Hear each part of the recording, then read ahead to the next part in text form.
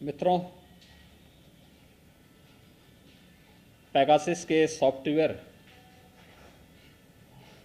के संबंध में विगत 2 दिनों से विपक्षी दलों के द्वारा देश के अंदर जिस प्रकार का वातावरण बनाने का प्रयास हो रहा है, यह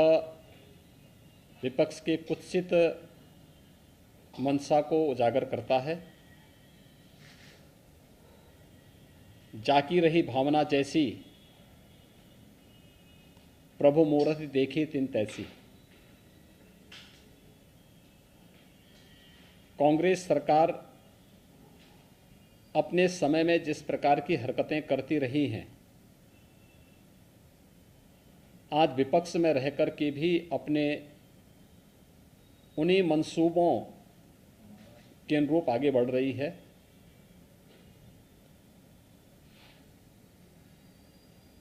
कोरोना कालखंड के दौरान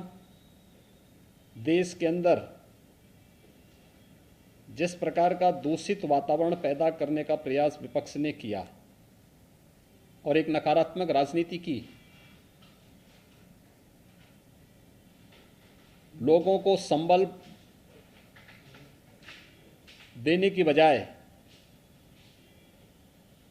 जिस तरीके की अराजकता का वातावरण पैदा करने का कुत्सित प्रयास कांग्रेस और विपक्षी दलों के नेताओं ने सेकेंड वेव के दौरान किया था, दुर्भाग्य से जब एक साहसिक निर्णय देश के संसद सत्र को लेकर के किया जाता है और संसद सत्र प्रारंभ होने के ठीक एक दिन पहले इस प्रकार की एक सनसनीखेज चीजों को परोस करके समाज में एक विषाक्त वातावरण पैदा करने का जो कुत्सित प्रयास हो रहा है, राजनीति के घटते हुए गिरते हुए स्तर को प्रदर्शित करता है। विपक्ष पूरी तरह नकारात्मक भूमिका में के साथ में है और उन अंतर्राष्ट्रीय साजिशों का शिकार जाने अनजाने में हो रहा है, जो अंतर्राष्ट्रीय साजिश किसी न किसी रूप में भारत को अस्थिर करना चाहते हैं, भारत को किसी न किसी रूप में अस्त व्यस्त करना चाहते हैं।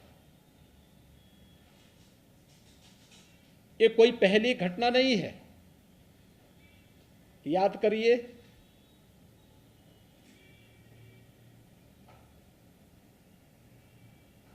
जो अभी कुछ वर्ष पहले 2020 में प्रारंभ में अमेरिका के राष्ट्रपति की भारत विजिट के दौरान उनके दिल्ली पहुंचने के साथ ही दिल्ली के अंदर हुआ भीषण दंगा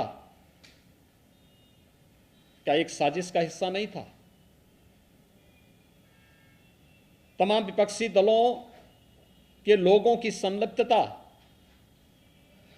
उस दंगे के साथ जोड़ करके नहीं देखी गई थी।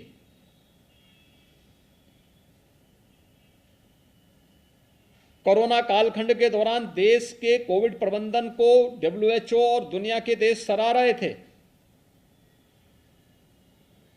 लेकिन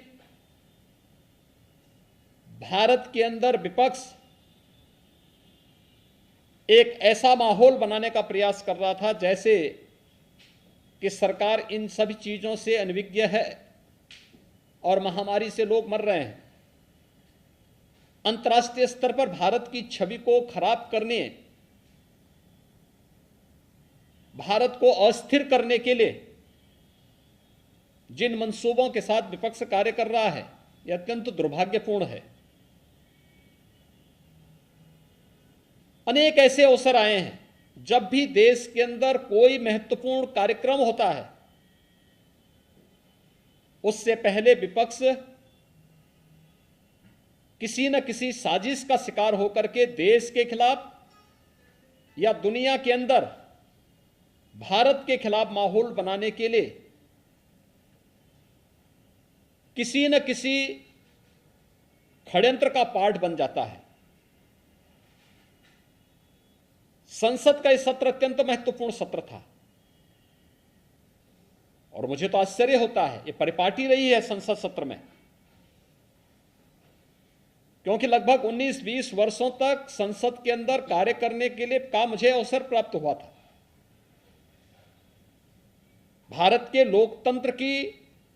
सबसे महत्वपूर्ण प्रहरी और सबसे महत्वपूर्ण स्तंभ देश का संसद है।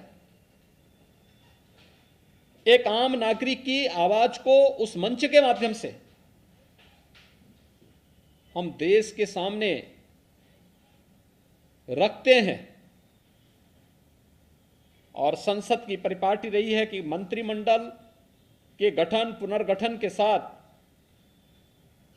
माननीय प्रधानमंत्री के द्वारा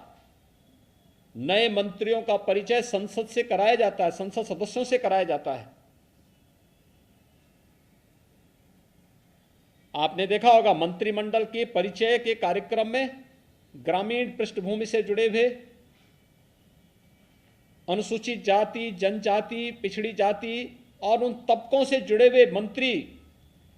काफी बड़े पैमाने पर बने हैं, जिन्होंने देश की आजादी के बाद कभी भी नेतृत्व नहीं देखा था। आज जब उस तबके को नेतृत्व दिया गया, उन्हें आगे बढ़ने के लिए एक अवसर प्रधानमंत्री जी ने दिया और उन सभी माननीय मंत्रियों के परिचय संसद सत्र प्रारंभ होने के साथ ही संसद के अंदर होता। विपक्ष कोई रास नहीं आया। संसद एक मंच होता है अपनी बात को रखने का, लेकिन शोरगुल का शिकार हम संसद को बना लें, ये लोकतंत्र का गला घोंटने जैसा है। ये लोकतंत्र के साथ खिलवाड़ है और ये लगातार विपक्ष कर रहा है। आपने देखा होगा किसान आंदोलन के नाम पर किस तरीके से देश के खिलाफ साजिशें रची जाती हैं, कैसे किसान को समुदाय में मत और मजहब के साथ जोड़ करके देख करके उनके माध्यम से भड़काऊ और देश विरोधी कृत्यों को आगे बढ़ाने की छूट दी जाती है। विपक्ष उनके साथ खड़ा होता हुआ दिखाई देता है। ये नकारात्मक राजनीति से न देश का कल्याण होने वाला है और न विपक्ष का ही और न जनता जनार्दन का ही। इस प्रकार की नकारात्मक राजनीति देश के अंदर वातावरण को विषाक्त जरूर करेगी, भारत की छवि को अंतर्राष्ट्रीय स्तर पर खराब भी जरूर करेगी। कोरोना कालखंड के अंदर विपक्ष के इस नकारात्मक रवैये के कारण भारत की छवि पहले काफी आहत हुई, लेकिन अपनी नकारात्मकता से विपक्ष आज भी बाज नहीं आ रहा है। तथ्यहीन झूठे आरोप लगा लगा करके देश के एक यशस्वी नेतृत्व को बदनाम करना, भारत की छवि को, अपने देश की छवि को लगातार निरंतर धूमिल करना, ये विपक्ष के एजेंडे का हिस्सा बन चुका है। उनकी कुत्सित मंशाएं कभी पूरी नहीं होंगी। जनता जनार्दन समय आने पर उन्हें फिर से जवाब देगा, वैसे ही जवाब देगा जैसे 2019 के लोकसभा चुनाव के ठीक पहले राष्ट्रीय सुरक्षा से जुड़े हुए अहम मुद्दों पर, राफेल जैसे मुद्दों को ला करके उस समय विपक्ष ने देश का वातावरण खराब करने का प्रयास किया था। बाद में उनको मुंह की खानी पड़ी थी, न्यायालय में भी और जनता जनार्दन की अदालत में भी। इस बार फिर से संसद सत्र के इस महत्वपूर्ण मुद्दे पर, जहां पर गांव के लिए, गरीब के लिए, किसान के लिए, नौजवान के लिए, महिलाओं के लिए, समाज के विभिन्न तबकों के लिए चर्चा होती, कोरोना महामारी को लेकर के चर्चा होती, वैक्सीनेशन की ड्राइव को कैसे हम समयबद्ध ढंग से आगे बढ़ा करके देश के अंदर पूरा करें, इसको लेकर के इस सदी की इस महामारी से निपटने में सामूहिकता का क्या प्रभाव हो सकता है, इन सब मुद्दों पर जहां एक सार्थक चर्चा का मंच संसद होता, चर्चा का मंच न बना करके शोरगुल और केवल आरोप प्रत्यारोप के साथ ही तथ्यहीन और झूठे आरोप, मनगढ़ंत आरोप लगा करके देश की छवि को भी धूमिल करने का जो कुत्सित प्रयास हो रहा है, ये कभी मंशाएं विपक्ष की पूरी नहीं होंगी। इस प्रकार के मनगढ़ंत और तथ्यहीन आरोपों को एक सिरे से खारिज किया जाना चाहिए। देश की जनता मांग कर रही है कि विपक्ष कोरोना कालखंड में जो एक विषाक्त वातावरण विपक्ष ने बनाया था देश के अंदर, दुनिया के अंदर देश की छवि को खराब करने का कुत्सित कार्य किया था, उसको लेकर के भी और संसद सत्र की कार्रवाई को निर्बाध और निर्विघ्न संपन्न करवाने में योगदान देने की बजाय अपनी इस नकारात्मकता के कारण जनपक्ष से जुड़े हुए, जनता से जुड़े हुए ज्वलंत मुद्दों को संसद में न उठने देना, ये आम नागरिक के जीवन के साथ खिलवाड़ है। विपक्ष को इस बात के लिए जनता जनार्दन से और देश से माफी मांगनी चाहिए। ये अंतर्राष्ट्रीय स्तर पर साजिश है या सिर्फ विपक्ष की साजिश? देखिए, ये एक बहुत बड़ी साजिश का हिस्सा है कि भारत के संसद सत्र के ठीक पहले, जिस संसद सत्र में किसानों के मुद्दे को लेकर के, कोविड के मुद्दे को लेकर के